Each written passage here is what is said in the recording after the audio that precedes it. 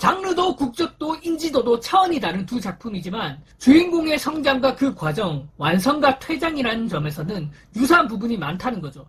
안녕하세요, 오덕청년입니다. 앞에 영상에서 이런 댓글을 받았는데요. 딱히 틀린 말은 아니기에 이번에는 진짜 히트작을 하나 준비해 보았습니다. 바로 어쩐지 좋은 일이 생길 것 같은 저녁, 어쩐지 저녁입니다. 92년도부터 소년 챔프에서 연재된 이명진 화백의 처녀작으로 대한민국 만화 최초로 권당 발행 부수 10만 부를 돌파한 기업을 달성한 작품입니다. 제가 이 작품을 접한 건 동명의 벨트 스크롤 액션 게임으로부터였는데요. 게임성도 게임성이지만 게임에서 간간히 보이는 원작의 미려한 일러스트가 인기를 끌었던 기억이 있습니다. 지금은 흔한 학원부, 학교가 배경인 만화 등은 거의 존재하지 않았습니다. 그런 와중에 어쩐지 저녁이 가져온 광풍은 굉장히 대단했어요. 처음에는 일본 만화를 따라한 저질 만화라는 기성세대들의 평가에서 망할 기성세대들이 이후에 나오게 될 학원물의 초석을 다지게 되는 기념비적인 작품으로 재평가가 이루어졌다는 겁니다. 한국 외적으로 봤을 때 이 학원물이라는 장르가 그리 신선한 건 아니었어요. 그렇게 뛰어난 게 아니었다고. 학원물이라는 것도 일본 만화 시장에서는 그리 새삼스러울 게 아니었습니다. 근데 뭐가 특별했길래 이게 권당 발행 부수 10만 부, 총 100만 부가 넘는 출간 부수를 자랑하게 되는 명작으로 거듭나게 된 걸까요? 뭐가 특별했던 것일까? 저는 이런 생각으로 10수년간 본가 창고에 박혀있던 애장판 9권을 꺼내들어서 새로 읽어봤습니다. 이거를 다시 꺼내서 읽어봤단 말이야. 과거에는 보이지 않았던 이 작품의 엄청난 특징들이 하나하나 눈길이 가더라고. 왜냐면 이 작품을 소장을 하긴 했지만 오늘처럼 분석하며 뜯어보듯 집중해서 읽어본 적이 없었거든. 어쩐지 저녁은 어쩌면 오늘날의 웹툰 시장, 만화 시장에서 보기에는 좀 고리타분하고 유치하고 작화도 미숙하고 뭐 그런 작품으로 평을 내릴지도 몰라요. 진부하기 짝이 없는 전개. 고전 일본 만화에서 베껴온 듯한 그림체, 어디선가 본 듯한 설정 등은 이 만화가 왜 명작이지 고개를 갸웃거릴 수 있어요. 이게 왜 명작인지 알 수가 없다 이거야. 특히 1권 1화는 막말로 연습장에다 사인펜을 가지고 그린 듯한 처참한 퀄리티, 섬세하지 못한 펜터치, 스크린 톤 사용도 좀 미숙한 편이에요. 이걸 보면은 컷 한가득 막 우겨놓은 그 효과음에다가 게다가 그 배경은 잘 그리지도 않아요. 연재 당시 이명진 작가의 나이는 불과 고등학교 3학년 19살, 신인 만화가 중에서도 굉장히 빠른 축에 속합니다. 신인 공모전에서 대상을 수상한 것이 고작이라고 해야 하나? 이건 좀 대단한 거거든요. 아무튼 이런 새파란 애송이를 정식 연재 작가로 기용한 소년 챔프는 어쩌면 대단한 모험을 한 건지도 모릅니다. 하지만 이런 걱정이 무색하게도 어쩐지 저녁의 인기는 날이 갈수록 높아져만 갔습니다. 무엇보다 작가 이명진의 작화력이 실시간으로 수직으로 상승하고 있는 것을 볼 수가 있어요. 1권과 9권은 전혀 다른 작화야. 연재를 거듭할수록 그 작가의 실력이 상승하는 거는 흔히 볼 수 있는 일이죠. 뭐 어떤 만화든 막 연재 계속 거듭하다 보면은 그림체가 바뀌는 걸 알 수 있잖아.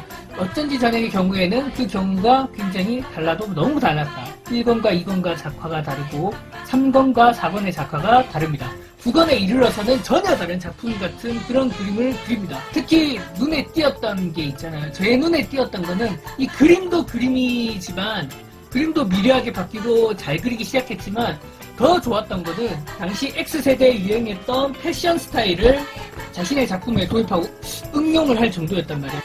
도중에 나오는 캐릭터들의 옷차림이 90년도 초에는 그런 시도는 굉장히 도전적이었어요. 왜냐면은 이런 스타일을 보고 당시 어른들은 불량하라고 표현했거든. 이런 참신한 시도가 독자들의 유입을 유도했다고 생각을 합니다. 겉보기에는 좀 순박해 보이지만 그의 정체는 과거 지존 고등학교와 주변 학교를 제패한 악명 높은 인물이었어요. 어찌 보면 굉장히 문제가 되는 그런 요소로 볼 수 있어요. 독자들 입장에서는 멋있고 대단하지만 평화롭고 즐거웠던 그 하숙집 생활이 그의 폭력 행위에 의해서 한 차례는 무참히 박살이 나고 맙니다. 아무리 히로인을 구하기 위해서였다곤 하지만 같은 학교 후배 강재빈을 떡이 되도록 취업해낸 아들의 모습에 어머니는 오해를 하고 말죠. 그 덕분에 남궁건은 하숙하던 행인관을 떠나게 되었고 한동안 등장을 멈추게 됩니다. 마지막 지종보와의 싸움 이후에도 어머니 한수지는 자포자기하듯 아들의 자퇴서를 써버립니다.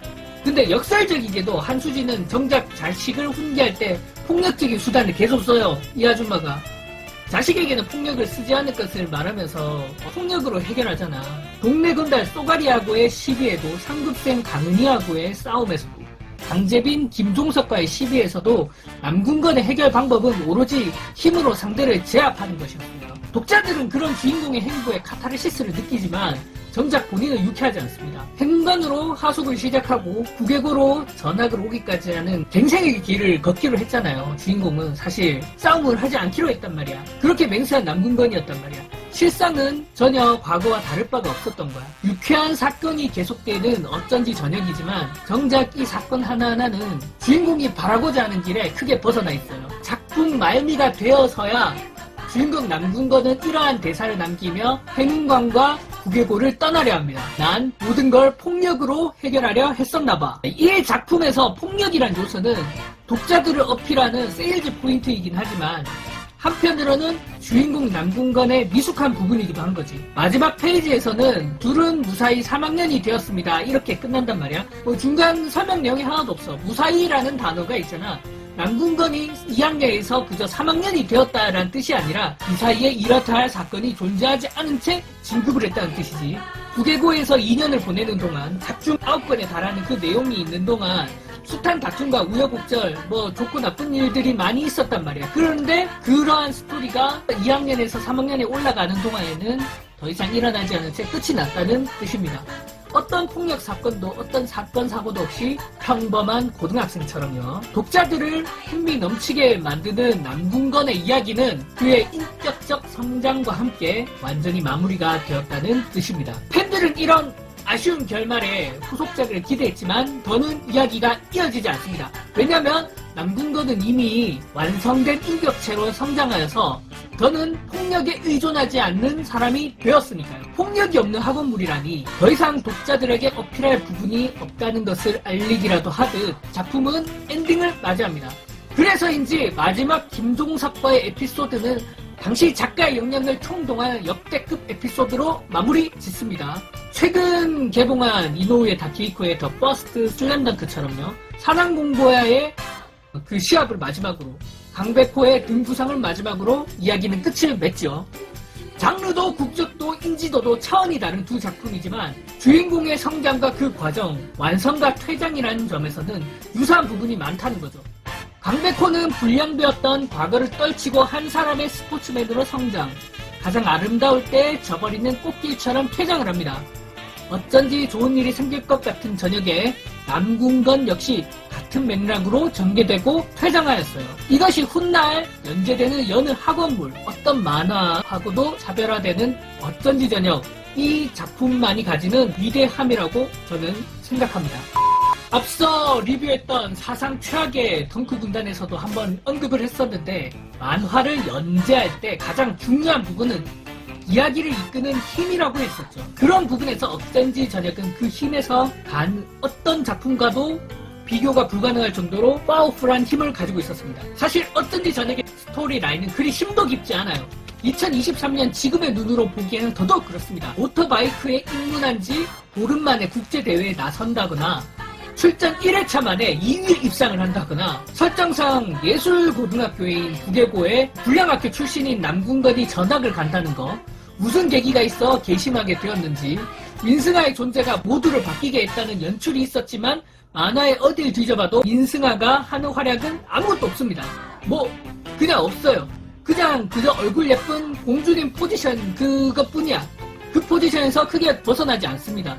가장 앞거는 모터사이트 글은 왜 탄 거니? 라는 남궁건의 모친의 물음에 그 다음 화로 막 넘어가면서 백승엽과 이지의 관계나 김태민이 왜 삿갓을 쓰고 일본 테마사품 복장을 입고 있었는지 수많은 메이크업핀이 존재합니다. 독자들은 좀 뭔가 석연치 않아. 뒤에 떡밥을 풀 것 같았는데 풀지도 않고 이상하게 메이크업핀만 남기고 이야기를 끝내버리네. 고개를 갸웃거릴 법도 한데 이야기는 이를 무시하듯이 기운차게 전진합니다.